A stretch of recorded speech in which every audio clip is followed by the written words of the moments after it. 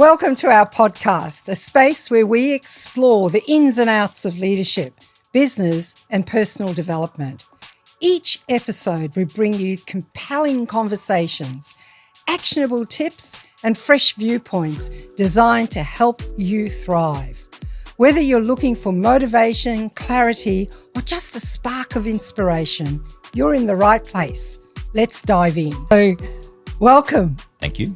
Brett. Pleasure to be here. Thank you for coming. No, my pleasure. Probably one of the biggest things in my life is the conversations that I have. I've had the privilege of having with literally hundreds of entrepreneurs in Australia who have done, I love that Australian saying, they've done the hard yakka to get it here. Yeah.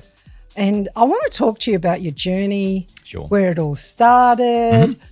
You know, like I know that one of the biggest things for you was the influence your father had on you as an entrepreneur, and how it shaped your life. Sure. So I know you were born in Western Sydney. I was born in Blacktown. I was born in Parramatta, but grew up in Blacktown. Yeah. Dad was one of the first. He had a farm just out of town, and it's an interesting story because I think he said there were 6 shops in Blacktown at the time when he moved there in the 50s, early 50s. And he was able to buy the farm with the assistance of his dad, but the local bank manager thought he was older than he was, which is one of the advantages of being bald. He was 21 or something, and in those days, that would have been unheard of for a bank manager to lend a young fella on his own, single guy, to buy this farm, and he did. So he was able to convince him to do that. There was no one. There was 6 shops in town. One of those shops, believe it or not, was Frank Lowy's. When Frank Lowy started out, and Frank wanted Dad to work with him, and Dad said, no, I'll do my own thing, which is a boo-boo now, looking back. Anyway, Frank Lowy? Frank Lowy, that's right, yeah. Frank Lowy and I forget the other fella's name, I think Saunders, I think his name was. But anyway, they took off from there and then developed, shopping centres and carried on. But I think he had a butcher shop or some sort of retail outlet at that stage.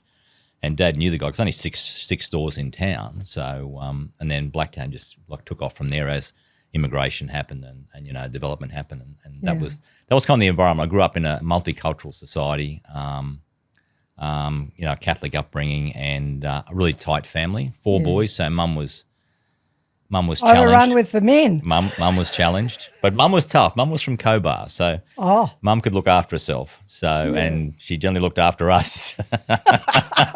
No messing around with mum. Discipline was strong, and that was the environment though, Jennifer. I mean, those days then are different to now. I know around the kitchen table and with our aunts and uncles, the discussion was about how do we better ourselves? How do we do better?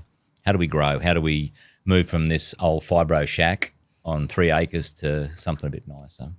Yeah. So that was very much was onward and upward. Yeah, was the talk around the family table. Yeah, so those conversations around the family dinner table shaped you. That's right. That was the vision that was enforced to us. Always do better and do better for your kids. So that was very much Mum and Dad's approach. They were a bit older when they got married. I think Mum was 30 and Dad was 35. That's old in those days. Very old in those days. That's right. And that was a funny story too about Dad driving past because he had his truck and he used to drive past where my aunt's place was, and Mum used to be there visiting her sister, and she was out there cleaning the old. She had a Volkswagen V-Dub, blue one.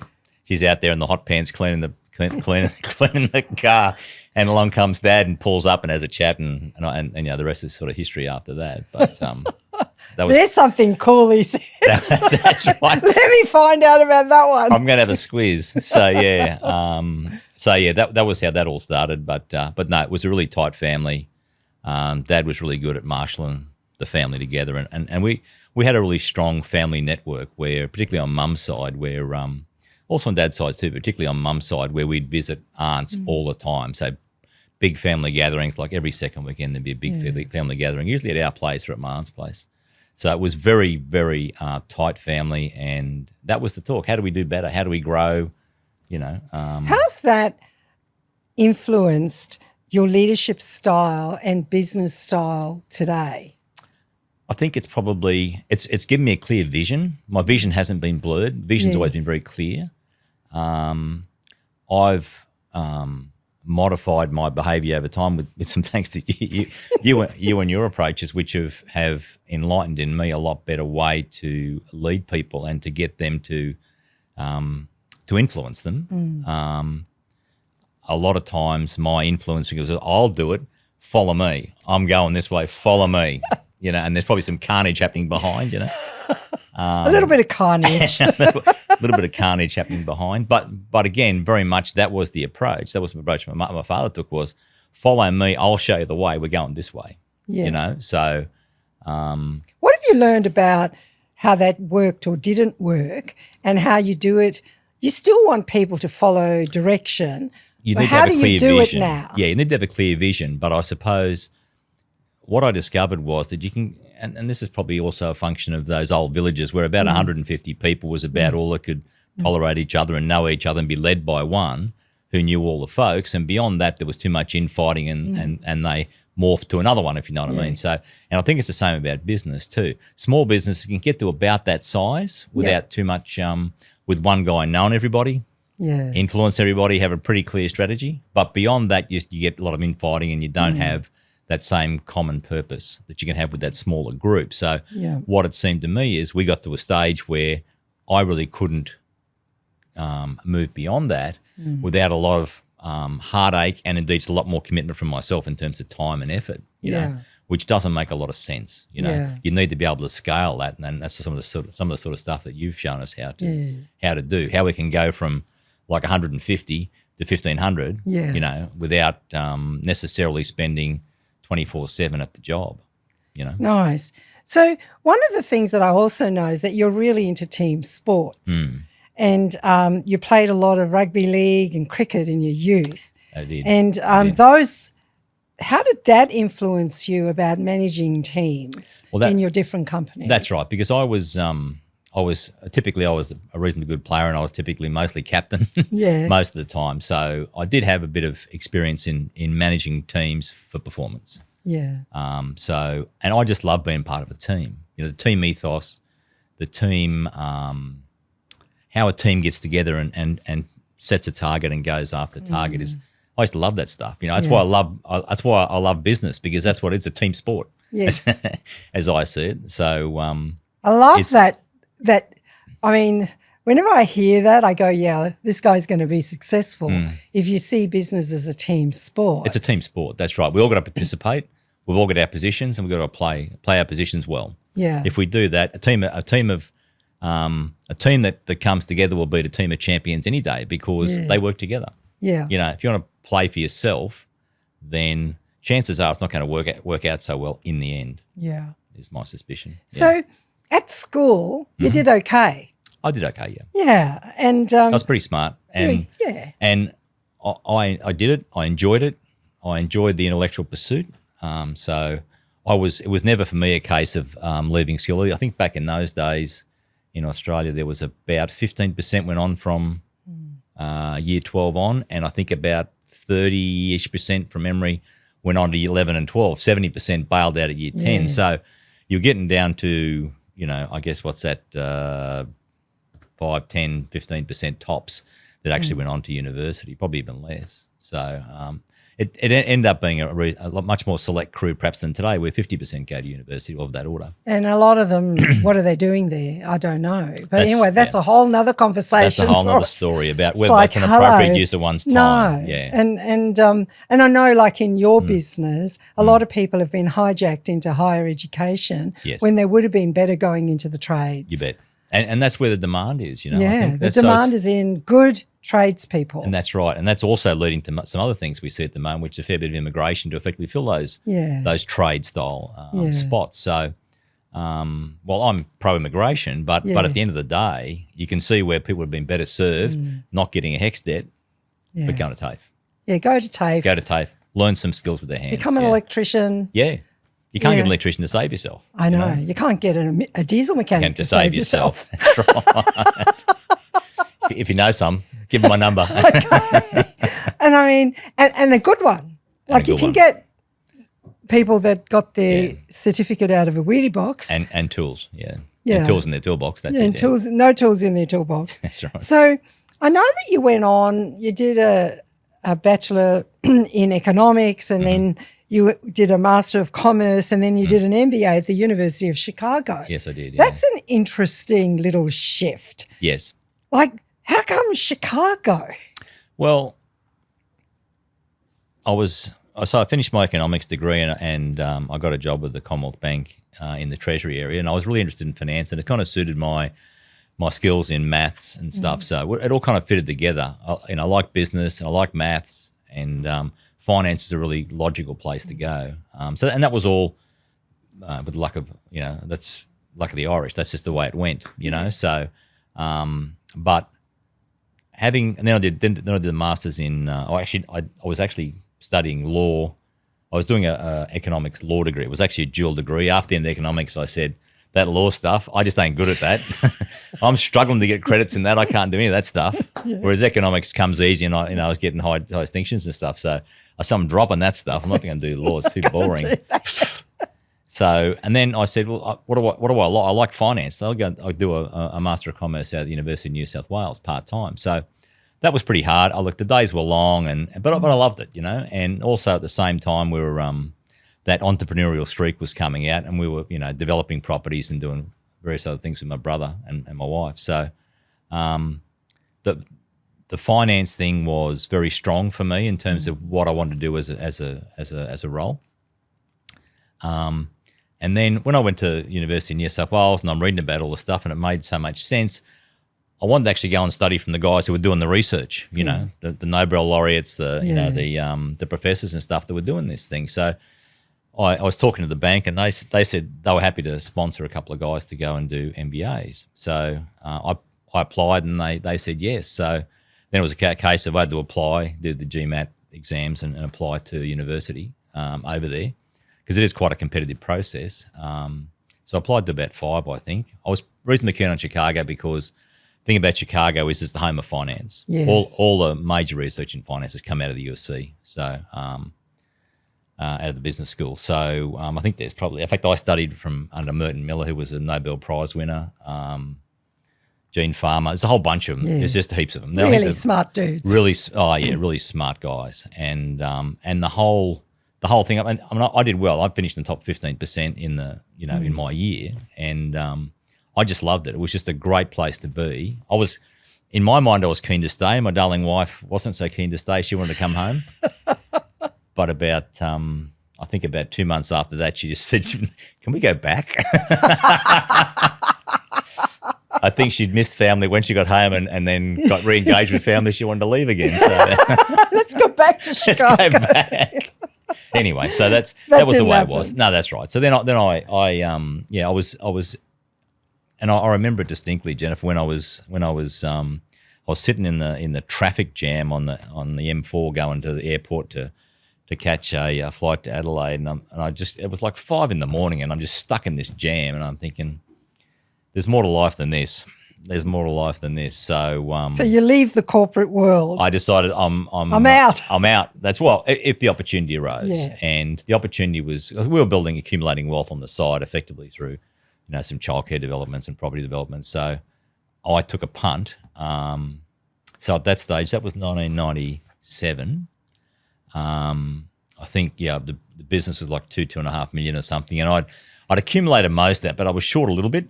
And Dad chucked a couple 150 in and a bit of vendor finance from the vendor up here, and we're on our way to Brisbane.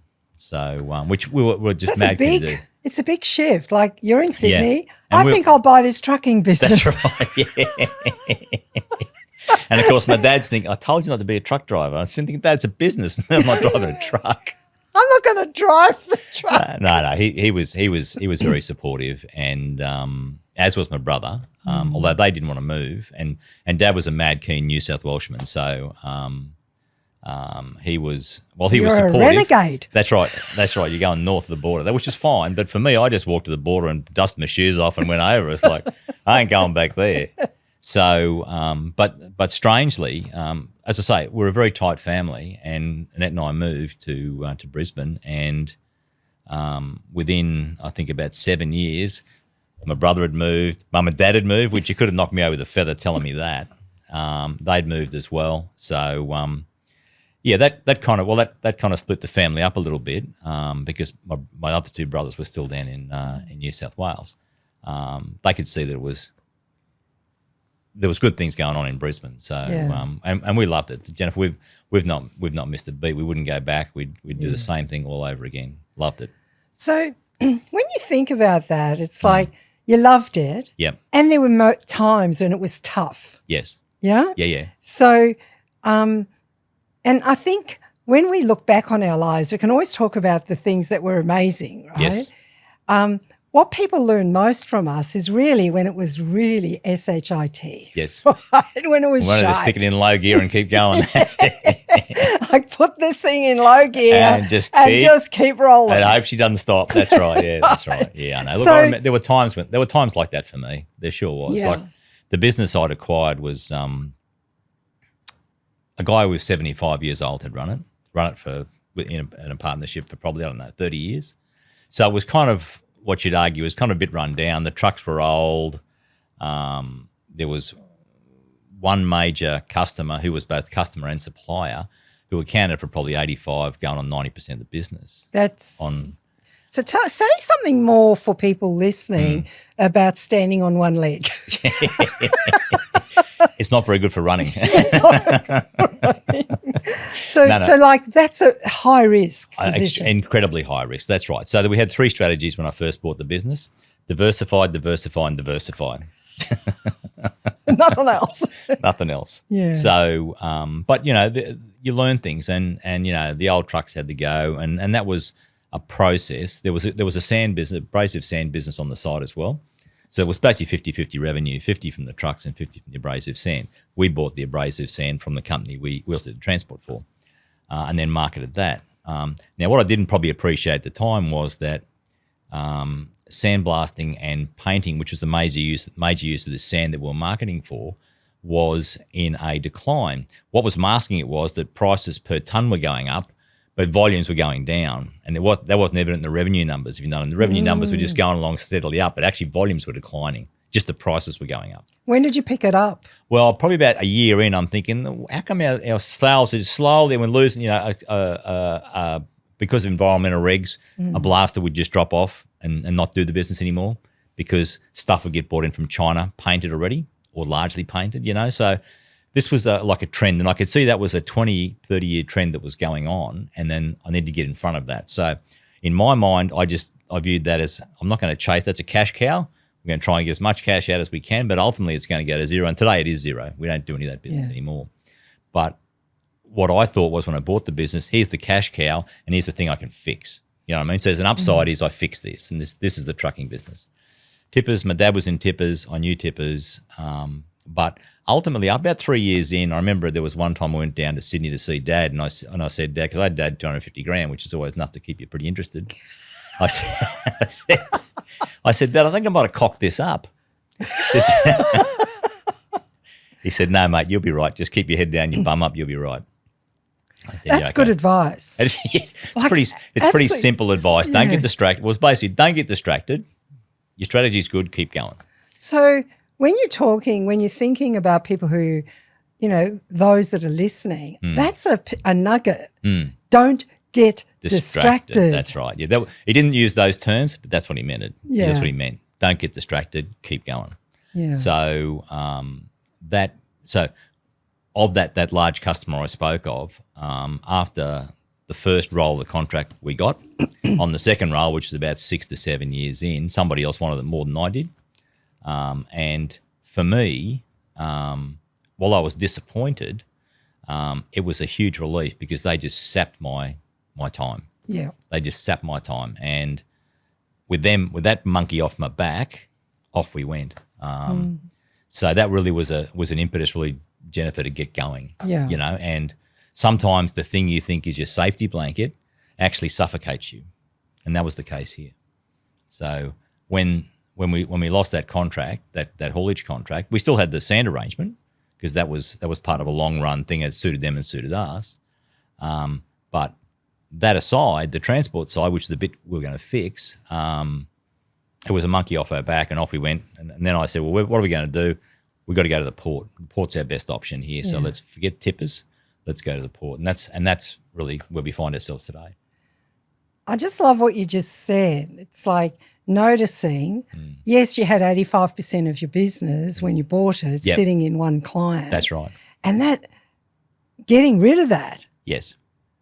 gave you the opportunity to actually do the thing that you said, diversify. That's right. Get this thing, get off my back. Get Off my back. Yeah. And that was the reality. It was almost like a weight had been lifted, you know, because we were stuck into this low margin gig. And as I say, the second time around, we weren't competitive enough, it seems, in terms of price to win the contract. The bloke who did, or the company that did, still around today, but they didn't keep that contract long. They soon worked out it was just a huge distraction, and there was no capacity to scale. And what they did effectively was they had to hire trailers, because it was very specific trailers that fitted in the plant. And they had to hire like 3 trailers off me. So I did better doing that, hiring them with trailers, than I did actually operating the contract. So they did that for like 2.5 years or something. And I'm thinking there's mugs born every day, and that's one of them, you know? Yeah. So, but yeah, that just allowed us to move on and get on with focus very clearly on import, export. And so it's one of the best decisions I made. So you talked about, the $250,000 that you owed your dad, and then, the diversification. Yes. But also it's like, given that you came out of finance, debt reduction was a big thing for you. Yes, risk was So critical. tell some leaders about, and people who have entrepreneurial seizures, like why debt reduction is so important. Yeah, I always looked at things from the perspective of if things go bad, and there's multiple scenarios you're working with, a good scenario, a medium scenario, and a bad scenario. I always made sure in the bad scenario we were still alive. And that's a focus on costs as well, making sure that you're in the bottom 25% of costs in the business you're in. And the chances are, if you don't know you're in the bottom 25%, chances are you're not, and chances are you're probably the one, when it goes bad, is going to fail. So we're always focused on making sure our costs were right. We're in the bottom quartile of costs, and that if things went bad, if revenue went bad, we had an escape route. In other words, it wasn't a case of give the assets to the bank and head go, for the hills and go and live in some shack somewhere. Yeah. No, that was never going to be the case. I mean, I had 4 children and a wife, so I had to protect them as well. So, but my background was always risk management in the bank, in finance. That's what the bad outcomes are what we're always trying to manage against to make sure we didn't get carted out.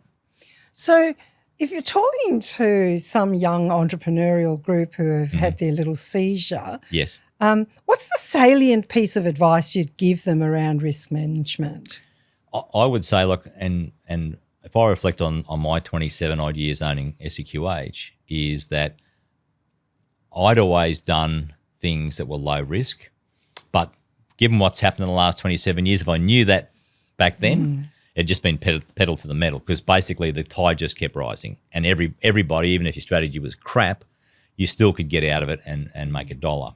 Whereas while I've done very well, if I'd taken a lot more risk, I'd have done exponentially a lot better. But again, my focus was always on the making sure that if the bad outcome occurred, we'd still be trading.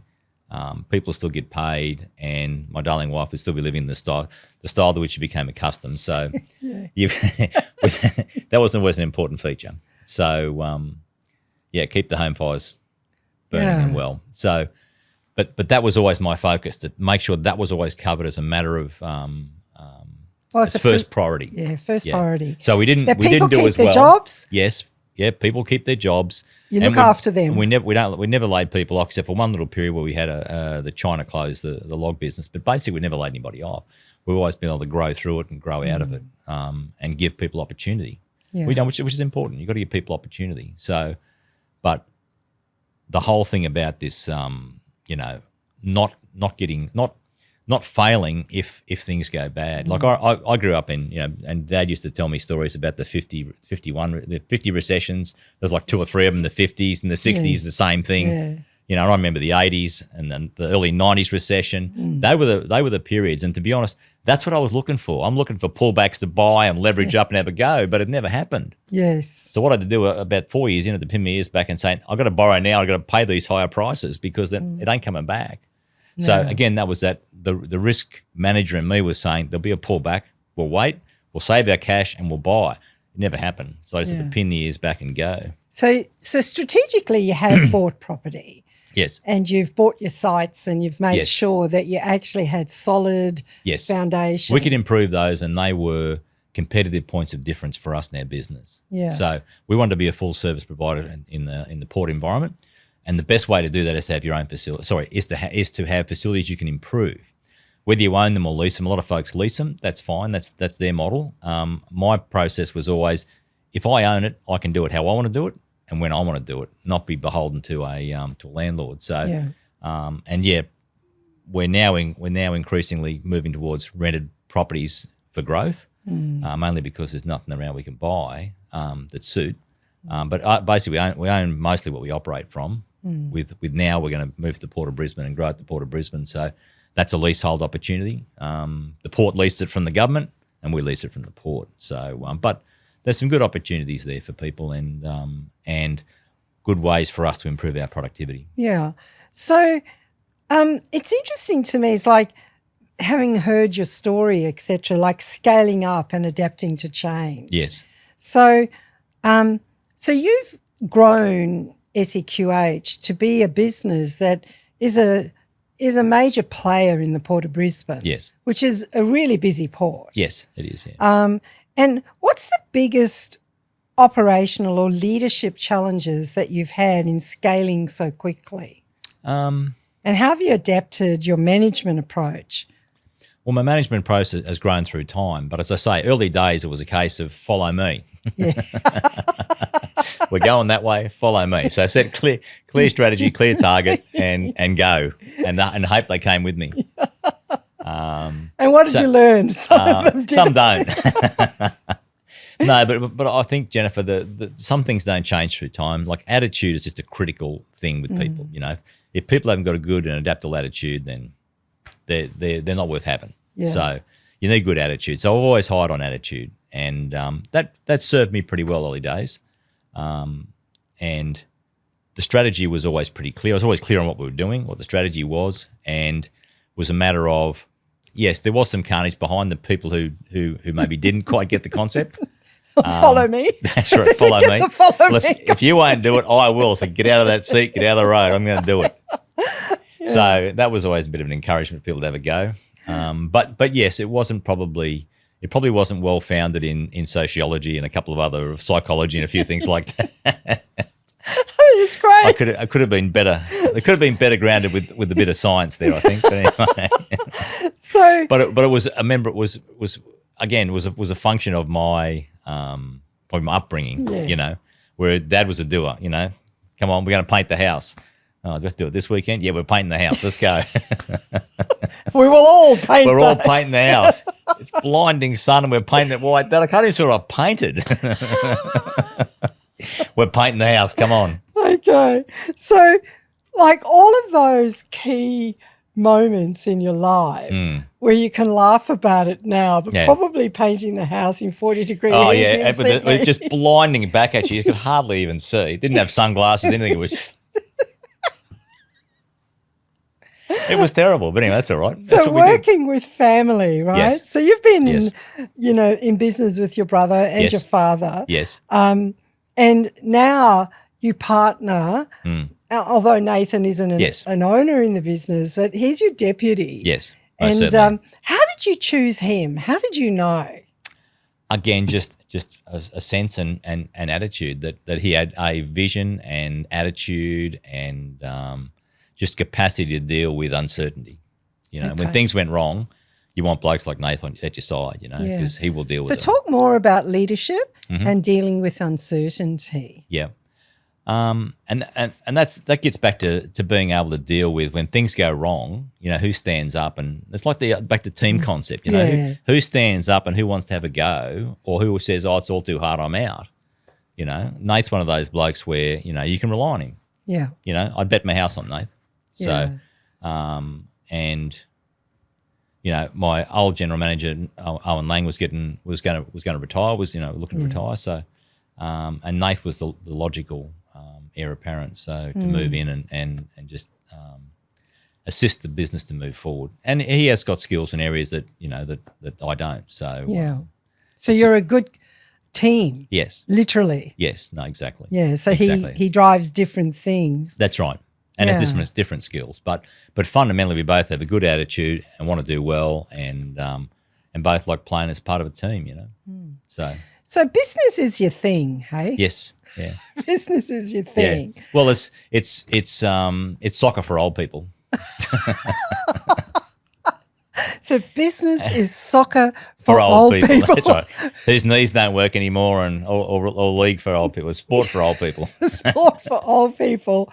Well, sport for all people, but it's particularly sport for people who are old enough and they can't play sport anymore. Yeah. So when you think about how you chose to go into the trucking industry, yes, highly competitive. yes. What's been like? How have you grown it and set up a point of difference? Because you're successful. Again, by focusing on that, by focusing on a point of difference and providing seamless service to a customer. So ultimately,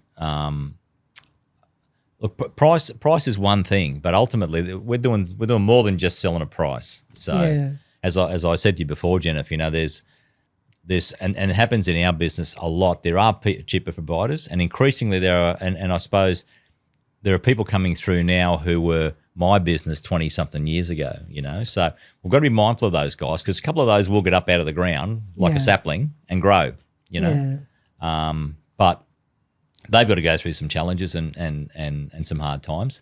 But what we're trying to be is a single point of service for the customers who suit our profile, who need a larger company, who can bring stuff together, deal with multiple touch points, do it in a sensible way that is seamless to the customer, so they make one phone call, oh, I've got this problem, no problem, we'll sort it for you. Yeah. So they don't waste time trying to manage multiple suppliers, multiple vendors, etc. One call, it's done. So that point of difference comes back to then what do we need? We need our own facility. We need a wash pad. We need biosecurity. We need customs bond. We need trucks. We need side loaders. We need trailers. We need all this stuff. We need floats. Be able to handle out of gauge stuff. So that gives us the capacity to deal with whatever they might come through the door that they've got. We can deal with it. We've seen it before. We've dealt with it. Your job's right. Okay. So when you look at your absolute commitment to your people and the team, what are some of the hardest things you've had to do around the team that really was painful? Like you making calls that you went, oh my God, why are we here? Well, thankfully we haven't really had to lay anybody off, apart with that one exception, let's say, that log. So let's talk about performance issues. Performance issues, yeah, certainly, and that's really the most. And the most frustrating thing for me has been the fact that I've sometimes tolerated poor performance and poor behaviour and poor attitudes.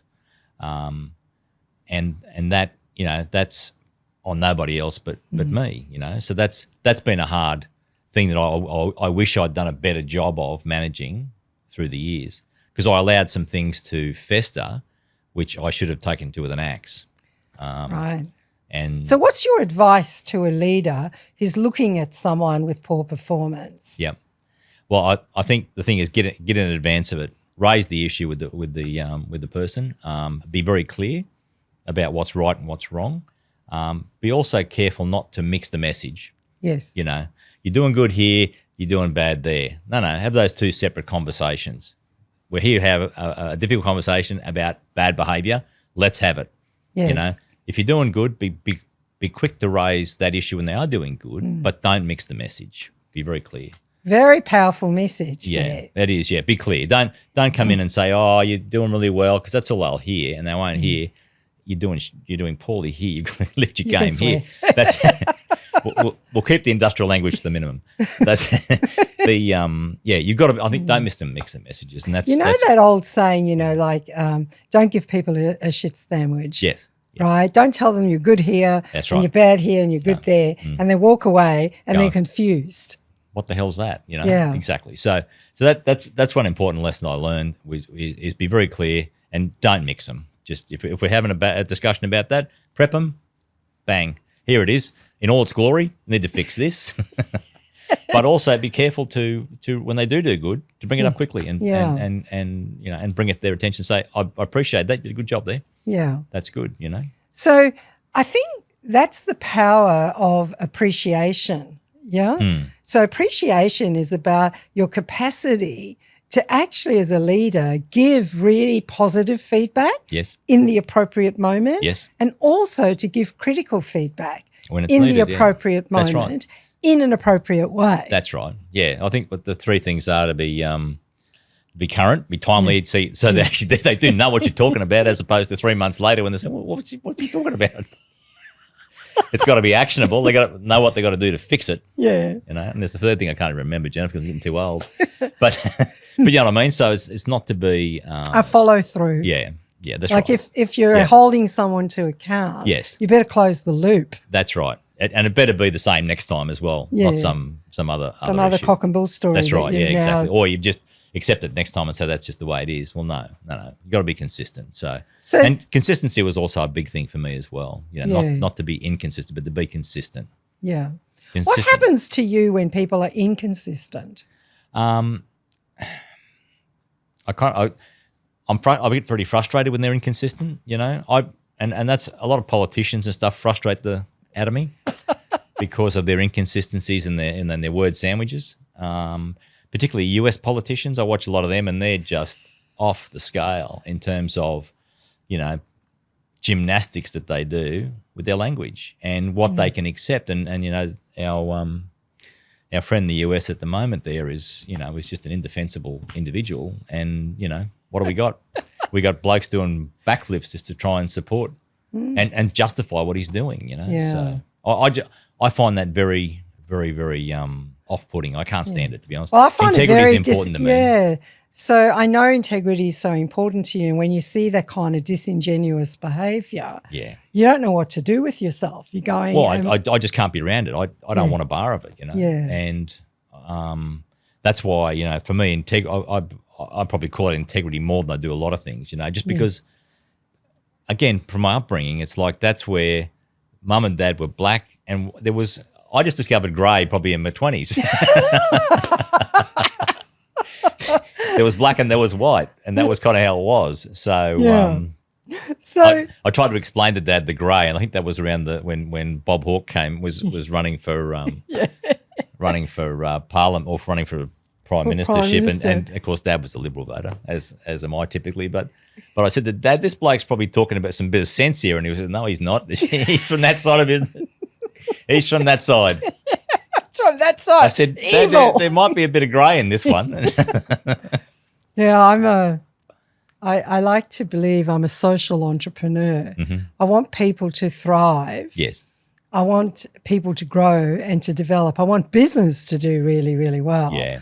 And I'm not prepared to sacrifice either one of those things. But it shouldn't be a winner-take-all mentality, you know. We all can win. That's the whole idea of economics. We all can win together. you know? Absolutely. And it's important that we do. Yeah. You know? So when you think about winning and the stuff that you've done over the many years of your career, what's your biggest loss you've ever done?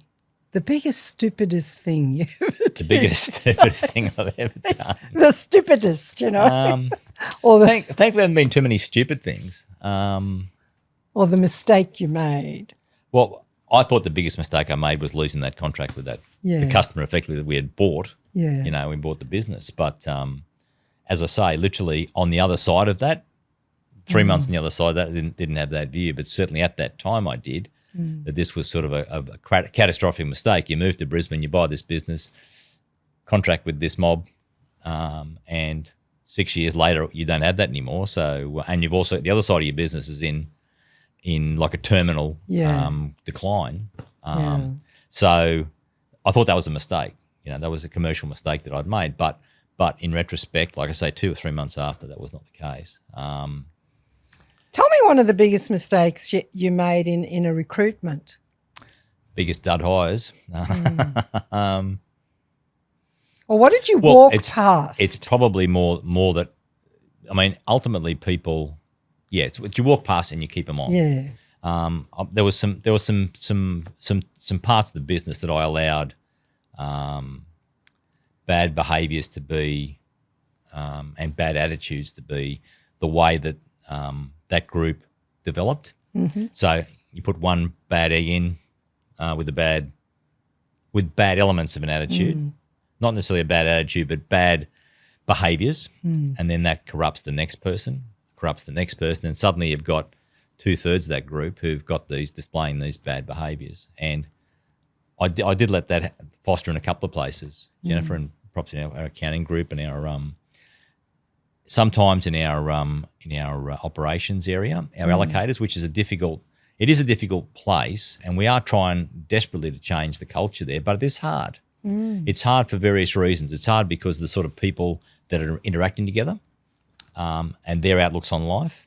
So you've really got it is a real culture change, and it's not done overnight. It's not done in a year. It's probably not even done in 5 years. It takes a long time. I actually believe that it's somewhere around the 7-year mark if you keep at it. You got to keep at it. You got to keep at it. And, like in your business, having hung around you for about 4 years now, I can see some incremental changes. Oh, there's incremental changes going on, no question. And the other thing is about gender diversity as well. Yeah. Having women in there with the men, which settles some of that behaviour down, If you have a group of all women or all men, then you have these bad behaviours that you've got to be very cognizant of and get on and fix, because if you don't, then suddenly you've got this storm that's brewing over there, and it doesn't make any sense, Cyclone Albert coming. That's right. And they're fighting with each other and, come on. But it's as you say, it's the walking past. You just can't walk past. Yeah. If you walk past, you accept. That's the problem. Well, what's that saying? It's like everything that you see that you walk past is now what's acceptable. That's accepted. That's right. And then you just can't do it. You've just got to you've got to have those tools, which you've been helping us with, those tools to come in and say, let's sit down, let's have a discussion about this. You might not like what I'm about to say, but I'm telling you from the bottom of my heart, what I see, I don't like, and we need to change. It's not consistent with our values.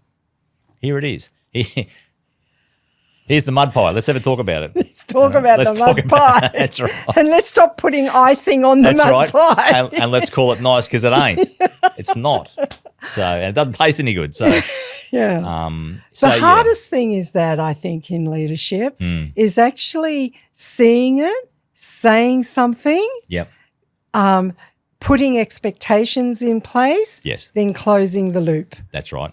And then doubling back and make sure it's continuing to happen that way. So it hasn't been a flash in the pan. So let's talk about what advice you'd give an aspiring entrepreneur and who's contemplating that leap from the stable business corporate life into entrepreneurship, especially in a capital-intensive industry. Yes. Because yours is a capital intensive. It is capital intensive, yes. That's right. To get leverage, logistics. It is. Yeah. What would you tell them? For me, again, because I'm a risk manager, I want to control risk. That's what I'd be looking at my exit ramps. Yeah. And if I decide to make the jump, that I had a clear idea in my mind what sort of returns I could get out of my activities, whatever they might be, and that I had sources of capital to do that. The other problem for someone like me who, while I'm a team player, I also I work well alone as well. Yeah. So for me, I worked with my brother and my dad for many years. I bought my brother out of the business a few years ago. That the process you got to have a good working relationship. So if you want more capital, you need more people. Yeah. So I think my advice would be make sure your returns are right, make sure your strategy is right, and then make sure you don't get carted out. Make sure the risk control is good. If you haven't got good risk control, chances are it goes wrong, and then you're back at the bottom of the pile again. You've been carted out. So I was lucky, and as I tell people, I was born lucky. I was born in Australia, and I was born in the '60s. You know what I mean? We had a few recessions through the '90s, but they were good learning experiences. And then basically we've had, clear skies ever since. So it's the lucky country. It's the lucky, but also the lucky time. Yeah. The lucky time in the lucky country, Jennifer. So even I'd say in the last 20 years, even mugs couldn't stuff it up. You know what I mean? Even mugs couldn't stuff it up. It's been have. Oh yeah, they've been really stupid. But people with half a bit of sense, of business sense, have done well. So I'm frustrated because I do well in tough times, really well in tough times compared to others. So because my focus is on risk and making sure I'm there when they're all carting everybody out, I'm still there and I'm looking to buy cheap assets. That never happened. That never happened. So in the last 25 years, it hasn't happened. So when you look about like I wouldn't say you're risk averse. You plan. Oh yeah, that's right. Yeah. So if you were doing it again, yes, what's some of the things that you do differently that you would trust that you actually can't plan the hell out of something? No, that's right. No, I'd take more risk. You'd take more risk. I'd take more risk. Yeah, my word. And what do you think if you were giving someone advice, like you want it to be like you never want to risk the farm. No, that's right. Because that's stupid. That's right. Because some people do. And it goes bad. That's right. Yeah. No. So I suppose if you can see far enough, if you can see 2 years out with reasonable clarity, then you can take some pretty big risks. Yeah. I always took the view that, and I was always relatively, bearish on some things, but they never eventuated. Yeah. So that's what I say. So I was always thinking there was a recession coming. There was some form of financial tightness coming. It never occurred. So that's what I say. And maybe I was just overly conservative, and I think I was. In retrospect, I was. But that was my nature, my background, and also, coming out of a banking environment. That was what we're always concerned about. If we're still here tomorrow, and we haven't lost everything. So, and leverage can do that to you. But when I got into business, we were quite leveraged. So it was pretty clear to me early on we had to get in, make some money, pay down some debt. Yeah, and that's what we did. So if you pay down the debt, then you can take a little bit more risk. Then you go. That's right. And see, we were running from rented premises. So then I bought premises, developed premises, et cetera, et cetera. So, but to do that, you've got to have a solid cash flow. That's probably the key thing you've got to work out. You've got to have cash flow.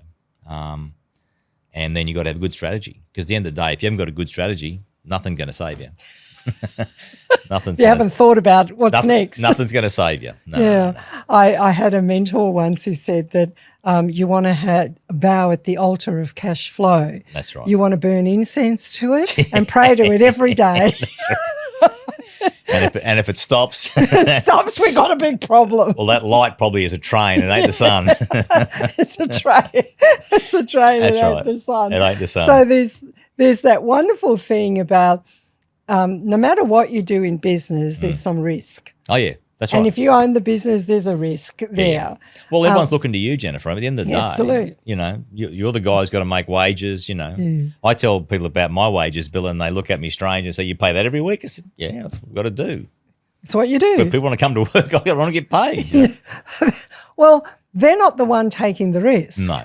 And it's like when you first start off in business, like you bought an operational business. Yes, that's right. And I can remember being in a business of my own and it took like a year before I paid myself anything. Right. That's right. You just kept reinvesting. Because you constantly reinvest. That's right, exactly. And that's just the name of the game. Also, talk about when you're growing and developing the business, how hard are you working? Oh, I've always worked pretty hard. Yeah. I mean, again, because I like it. Yeah.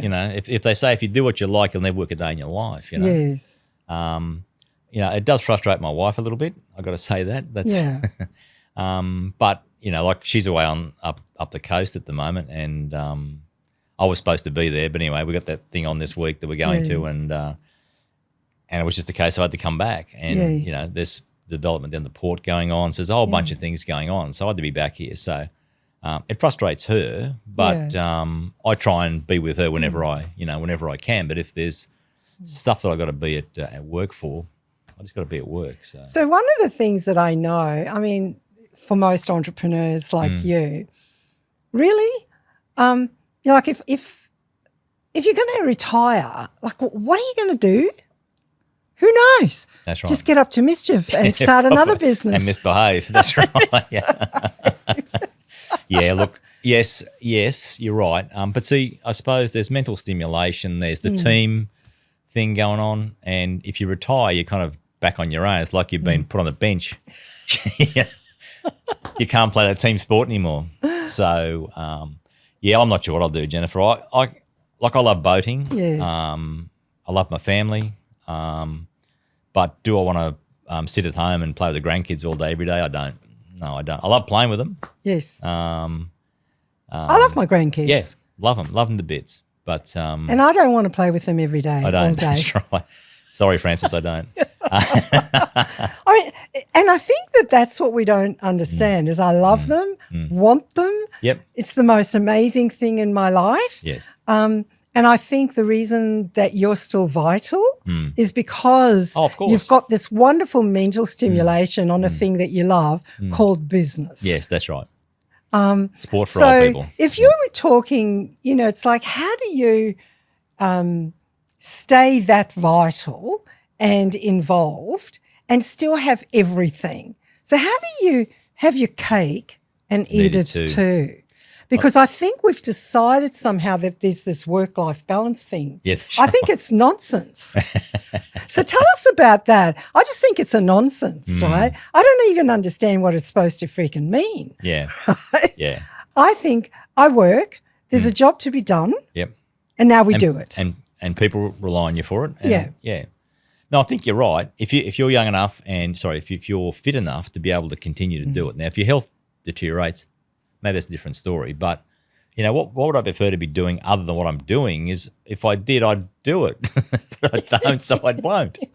So, but I Say that again. That's powerful. That's a nugget that people want to hear. Yeah. Yeah, but if I wanted to do something else, I'd be doing it. Yeah. I don't. So I'm doing what I'm doing, which is, staying mentally stimulated and work with a bunch of people I like. Yeah. A mate of mine, 71 or 72, he's still running his business, probably stepped back a little bit. But he's not talking about retiring. He just keeps going. So but it also keeps you young in the mind too, Jennifer. That's the other thing too. I think, you've got to, you probably just have to scale back because of health reasons. But apart from that, just keep going because you like it. If you don't like it, go do something else. So in closing, what's a piece of advice you would give to any executive or aspiring leader about what it takes to actually stay in the game? Well, you've got to be true to yourself. So you've got to like what you're doing. And as I say, if you like what you're doing and you generally believe you can add some value, then stay in the game. But if you don't think you're adding value or indeed people tell you you're not adding value, then maybe it's time to do something else. Yeah. But if you like what you're doing and you enjoy it and you derive, a self-worth from it, it'll draw you in. You'll keep doing it. And I think if you can find that, that's what you should be looking for, where you don't work a day in your life effectively. I love that saying. It's like if you love what you're doing, you don't work. You don't work. It's just my job. It's just what I like doing. I like doing it. I like doing it. I keep doing it. I'll do it. No, exactly, precisely. That's what you got to find. That's what I found. Like I love working in a banking environment too, but it wasn't my business. A lot of things were out of my control as to how we went, which is fine, but that's the nature of the beast. And my preference was to be a bit more in control of the steering wheel. And but once I found that I could add value, I could make customers come back and be happy. Then that was kind of a marriage made in heaven. And 27 years later, 28 years later, here we find ourselves. Still growing, still developing. Yep. Still growing people. Yep. And growing the business. Yes. No. Exactly. Precisely. So Brett, thank you so much for being pleasure, our Jennifer. guest today. It's my pleasure. I love working with you and your company and Thank the you. wonderful vision that you have for people and business. Thank you. Thanks for spending time with us today. We trust you've gained insights and ideas to apply to your own journey. If you enjoyed this episode, don't forget to subscribe so you stay in the loop. We'll be back soon with more engaging discussions. Until then, keep reaching for your goals and making an impact.